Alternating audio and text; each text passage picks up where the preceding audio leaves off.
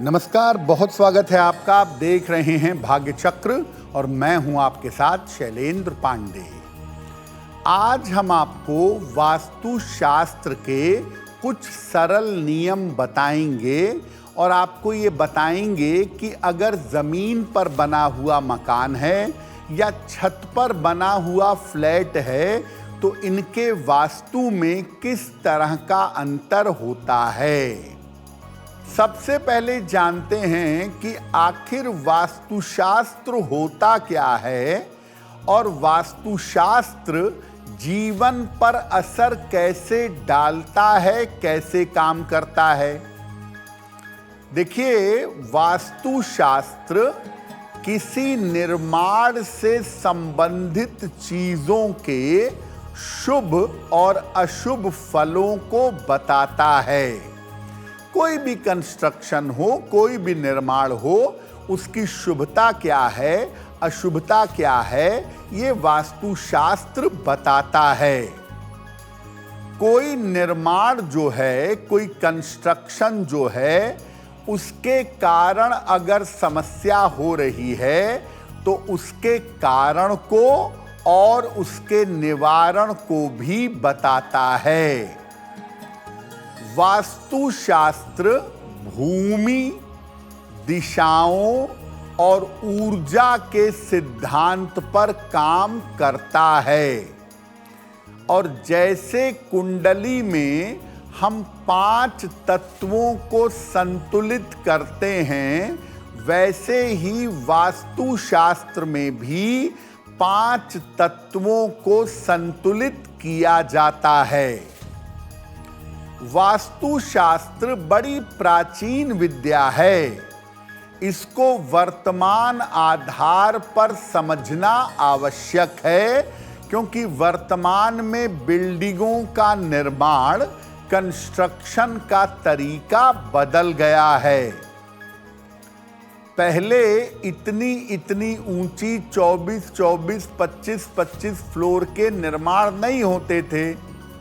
तो अब जो फ्लैट सिस्टम आ गया है और जो पहले जमीन पर मकान ही बनते थे, उन दोनों में बहुत अंतर हो गया है। तो मॉडर्न समय में, वर्तमान समय में इसको कैसे समझेंगे, ये जानना जरूरी है। अब ऐसा नहीं है कि आप हर जगह जो देखते हैं, सुनते हैं, रील्स पर, मोबाइल पर, सोशल मीडिया पर, उसी को देख के वास्तु इस्तेमाल करने लगिए। बिल्कुल मत करिए ऐसा। कुछ बातों को समझिए, कुछ बातों को जानिए और तब वास्तुशास्त्र का प्रयोग करेंगे तो लाभ होगा। वास्तुशास्त्र को समझने के लिए कुंडली का अध्ययन करना चाहिए। जो घर का मुखिया है उसकी कुंडली को देखना चाहिए। तब आप ये समझ पाएंगे कि कुंडली में जो दिशा गड़बड़ है, दरअसल वही दिशा आपके घर में भी गड़बड़ होगी। जमीन पर जो सीधे मकान बने हुए हैं उसके वास्तु में और जो छत पर बने हुए फ्लैट हैं उसके वास्तु में बहुत अंतर है। दोनों के वास्तु के सिद्धांत बिल्कुल अलग हैं। एक बात जो हर घर में लागू होती है बराबर मात्रा में, वो है घर का रंग। घर में कौन सा कलर आप करवाते हैं, घर में कौन सा रंग आप रखते हैं, ये बड़ा महत्वपूर्ण है। और लोग अक्सर कहते हैं कि मेरे घर में वास्तु दोष है, इस घर में आया तो तरक्की नहीं हो रही है। अरे भाई, घर में रहने वाले लोग कैसे हैं ये भी बड़ा इंपॉर्टेंट है।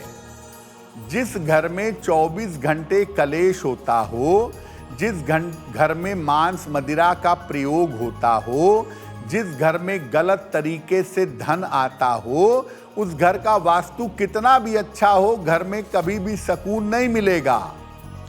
तो घर का रंग कैसा है और घर में रहने वाले लोग कैसे हैं, उनकी आदतें कैसी हैं, ये भी वास्तु से जुड़ा हुआ है।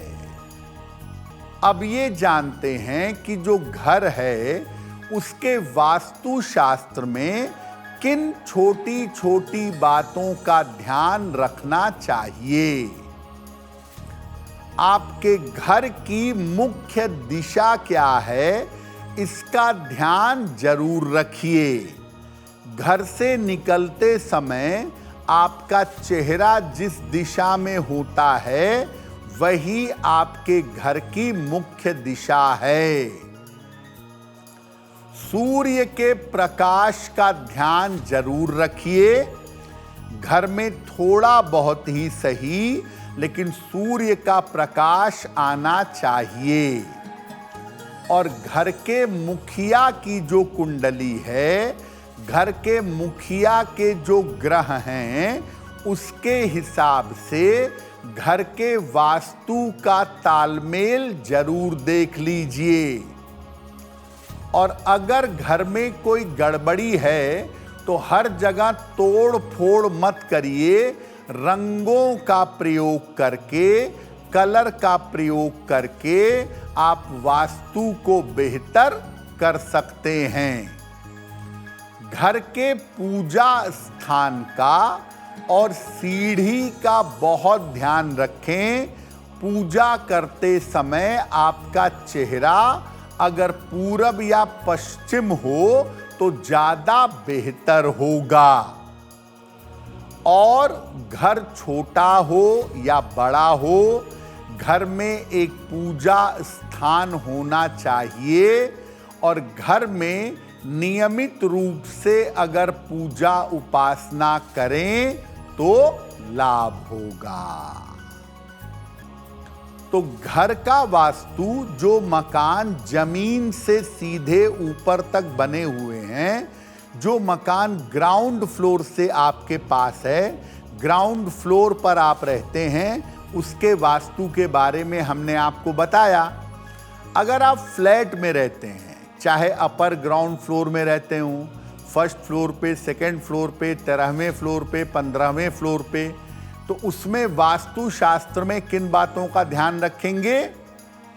देखिए, फ्लैट में दिशा का कोई मतलब नहीं होता। आप कभी इस बात पे दिमाग मत लगाइएगा कि पूरब का लूं कि पश्चिम का लूं, दक्षिण का ना लूं। ये सब दिमाग फ्लैट में मत लगाइएगा। फ्लैट में दिशा का कोई मतलब नहीं होता। फ्लैट में सूर्य के प्रकाश का बहुत ध्यान दीजिए। सूर्य का प्रकाश फ्लैट में आना ज्यादा चाहिए, क्योंकि जब ग्राउंड फ्लोर का मकान होता है तो वो जमीन से एनर्जी पाता है। जो फ्लैट है उसके पास जमीन नहीं है, वो छत पे है, तो वहां पे सूर्य का प्रकाश आना जरूरी है। सूर्य के प्रकाश का और हवा का ध्यान रखें। घर के रंगों का भी विशेष ध्यान आपको बनाए रखना है। और घर में पूजा स्थान को जागृत रखें। रोज पूजा स्थान की साफ सफाई करें और रोज शाम को दीपक जलाकर प्रार्थना करें। घर के प्रवेश द्वार को, वैसे तो ग्राउंड का मकान हो या फ्लैट हो, मेन डोर को हमेशा अच्छा रखना चाहिए, लेकिन फ्लैट में मेन डोर को अच्छा रखना ज्यादा जरूरी है। देखिए, फ्लैट के वास्तु और जमीन पर बने हुए मकान के वास्तु में बहुत अंतर है।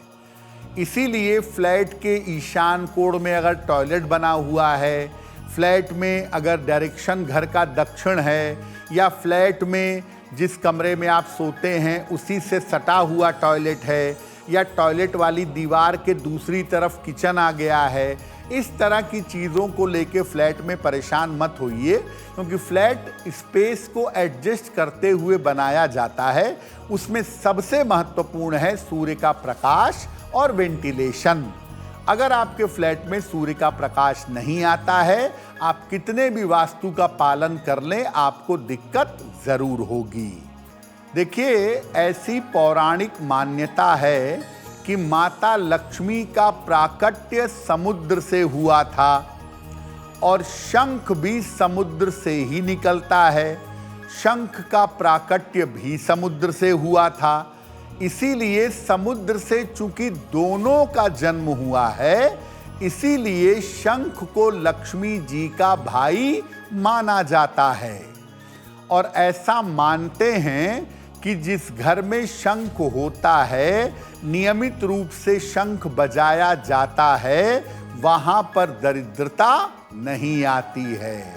अगर आप मुझसे जुड़ करके अपनी समस्याओं का समाधान चाहते हैं और चाहते हैं कि आपकी समस्याओं को ज्योतिष के माध्यम से सुलझाया जाए, तो आप हमसे संपर्क कर सकते हैं, जुड़ सकते हैं एस्ट्रो तक पर।